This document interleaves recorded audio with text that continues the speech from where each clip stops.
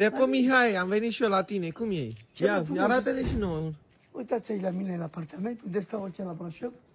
Aici se văd toată țara, să nu mă spune că sunt amărât. Stați cumiți, că e greu.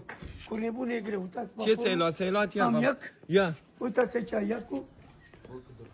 Ia uitați și voi ce frumos. V-am primit la mine, v-am primit cu mare drag. Să nu spuneți că nu stați la mine cu mare plăcere. Bravo, bă, Mihai, bă. Și ia, mă, că se-a ajutat Dumnezeu. Uitați, vaporul, ăsta e iacul. Am spus la multă lume că am luat iac. Tu și cu Pescobar. Exact. Aici îl plimbam și mare nașul Adrian Minune. Îl plimbam pe toată lumea. Și bă, pe te pupă, să masele. fii sănătos, bă. Uitați și voi ce aici.